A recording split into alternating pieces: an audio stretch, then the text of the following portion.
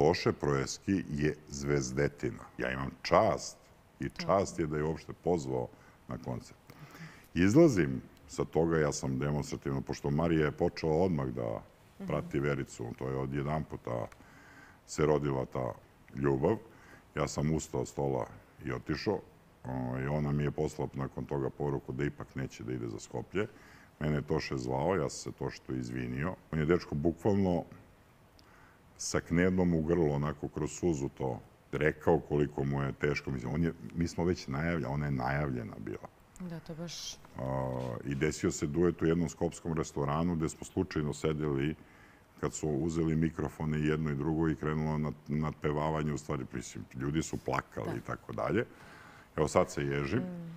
I nakon meseci nešto dana dešava se tragedija gde Toše gine u nesreći koja je bila na autoputu Beograd-Zagreb. Mene zove Marija Šerifović i kaže kad je sahrana da idemo na sahranu.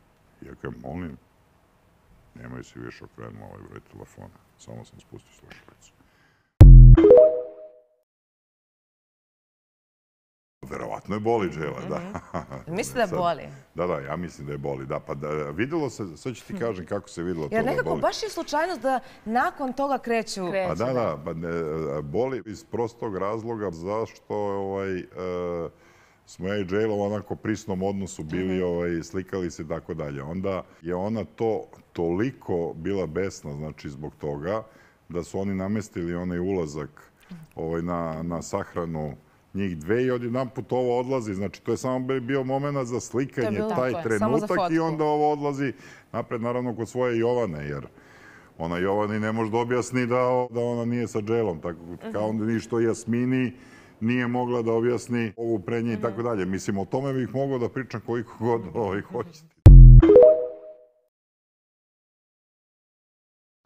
Ljudi, upravo je ova mala Džela Ramović kad kaže da je pobegla glavom bez obzira od Marije i cele te sektaške priče i da želi najlepše sve Jovani i njoj u daljem životu. Pa i ja sam nekad tako uradio. Zamislite samo tu celu priču da kad Verica krene da posluže kolače snajkama koje dolaze u kuću, a sa druge strane da im drži sveću. Mnogi su mislili da ću jučerašnjom objavom da iznosim bilo kakve prljavštine o Mariji Šerifović i Dželi. Prvo, ja mislim da je Džela jedna pristojna devojka iz jedne pristojne porodice koja je kao mlada poslata u taj famozni Grand i tamo naletela na ono biće koje se zove Marija Šerifović. Ja o Mariji, naravno, kao što znate, znam sve. Od početka pa do kraja. Sve od trenutka kad me pitala u kolima prema Zagrebu kako može i gde može da se promeni iz ženskog u muško. Na što sam se ja zaprepastio, još uvijek smo bili na vi. Tako da, nikada neću da osudim tako mlado čeljade kao što je bila Džela u tom trenutku i šta je imala, ona najbolje može da kaže kad bude to poželjela. Znači, ja o Dželi Ramović imam lepo mišljenje, da je jedna sada pristojna devojka, da je porodična, da je apsolutno okrenuta ka porodici i ka karijeri I da li je to omogućio Grant? Verujte, ne.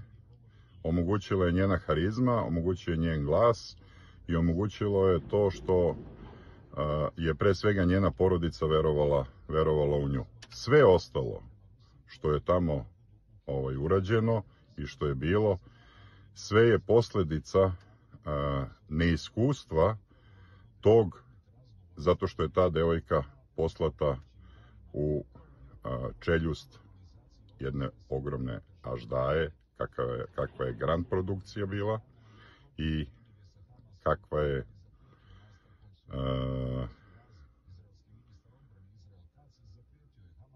pa je licemerna Marija. Nemam problem o tome da pričam, kao što nemam problem da pričam ni o Ani Bekuti ili nekom drugom, ili na kraju krajeva o pokojnom Popoviću koji je bio mega prevarant, znači ober prevarant. Znači ili o Breni i Popoviću koji su bili ljubavnici pa onda postali kumovi. Bili verenici pa postali kumovi. Pa mislim... To kada ste rekli, to je bilo kako to Saša Mirković zna. Pa ne, pa šta kako zna? Pa to je istina. Pa što ne izađe Brena, pa Brena je tu, što ne izađe da kaže nije tako. A onda u komentarima bude ovo je istina, ovo je istina, ovo je istina, a Brenu je naš novinar pitao na terenu gde je ona rekla da neće da komentariše, mislim da je to tako. Gluposti. Pa šta, kakve gluposti ga živjela zajedno čovekom. Lepa Brena i slatki greh. Gde je grešno u slatkom grehu? Od koga je greh? Od jednog, drugog, trećeg, četvrtog ili petog člana slatkog greha? Po znacima navoda. Toše Proeski je zvezdetina. Ja imam čast i čast je da je uopšte pozvao na koncert. Izlazim sa toga, ja sam demonstrativno, pošto Marija je počela odmah da prati Vericu, to je od jedan puta se rodila ta ljubav. Ja sam ustao od stola i otišao i ona mi je poslala nakon toga poruku da ipak neće da ide za Skoplje. Mene je Toše zvao, ja sam se Toše to izvinio. On je dečko bukvalno sa knedom u grlu, onako kroz suzu to rekao koliko mu je teško. Mi smo već najavljeni, ona je najavljena bila. Da, to baš... I desio se duet u jednom skopskom restoranu gde smo slučajno sedeli kad su uzeli mikrofone jedno i drugo i krenulo na pevavanje, u stvari, ljudi su plakali i tako dalje. Evo sad se ježim. I nakon meseci nešto dana dešava se tragedija gde Toše gine u nesreći koja je bila na autoputu Beograd-Zagreb. Mene zove Marija Šerifović i kaže kad je sahrana da idemo na sahranu. Ja kažem, molim, nemoj si više okrenuo ovaj broj telefona. Samo sam spustio slušalicu. Verovatno je boli Džela, da. Misli da boli? Da, ja mislim da je boli, da. Pa videlo se, sad ću ti kažem kako se videlo to da boli. Jer nekako baš je slučajnost da nakon toga kreću. Pa da, boli iz prostog razloga zašto smo ja i Džela u onako prisnom odnosu bili, slikali se i tako dalje. Onda je ona to toliko bila besna, znači zbog toga, da su oni namestili onaj ulazak na sahranu njih dve i odjedan put ovo odlazi. Znači, to je samo bio moment za slikanje, taj trenutak i onda ovo odlazi napred, naravno, kod svoje Jovane, jer ona Jovani ne može da objasni da ona nije sa Dželom, tako kao onda ništo Jasmini nije mogla da objasni ovu pre nje i tako dalje. Mislim, o tome bih mogao da pričam koliko god hoćete. Ljudi, upravo je ova mala Džejla Ramović kad kaže da je pobegla glavom bez obzira od Marije i cele te sektaške priče i da želi najlepše sve Jovani i njoj u daljem životu. Pa i ja sam nekad tako uradio.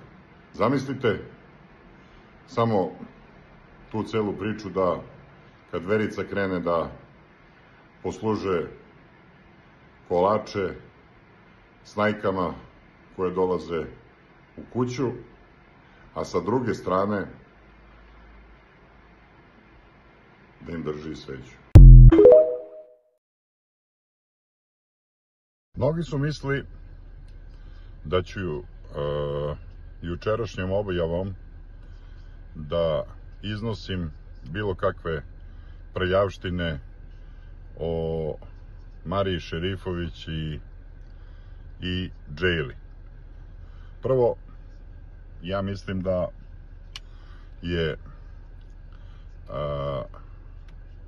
Džejla jedna pristojna devojka iz jedne pristojne porodice koja je kao mlada poslata u taj famozni Grand i tamo naletela na ono biće koje se zove Marija Šerifović.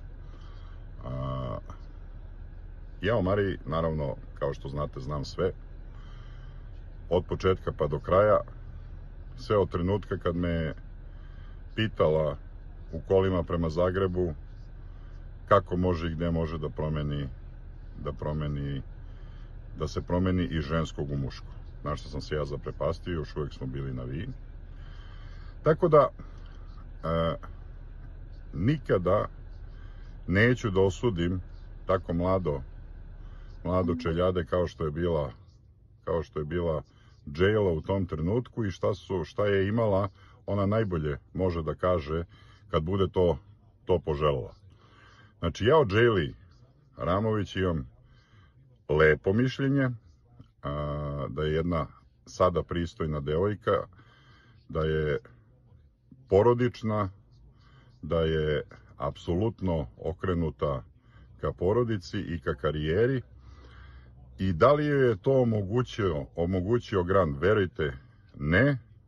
Omogućila je njena harizma, omogućio je njen glas i omogućilo je to što je pre svega njena porodica verovala u nju. Sve ostalo što je tamo urađeno i što je bilo, sve je posledica neiskustva tog, zato što je ta devojka poslata u čeljust jedne ogromne aždaje, kakva je Grand produkcija bila i kakva je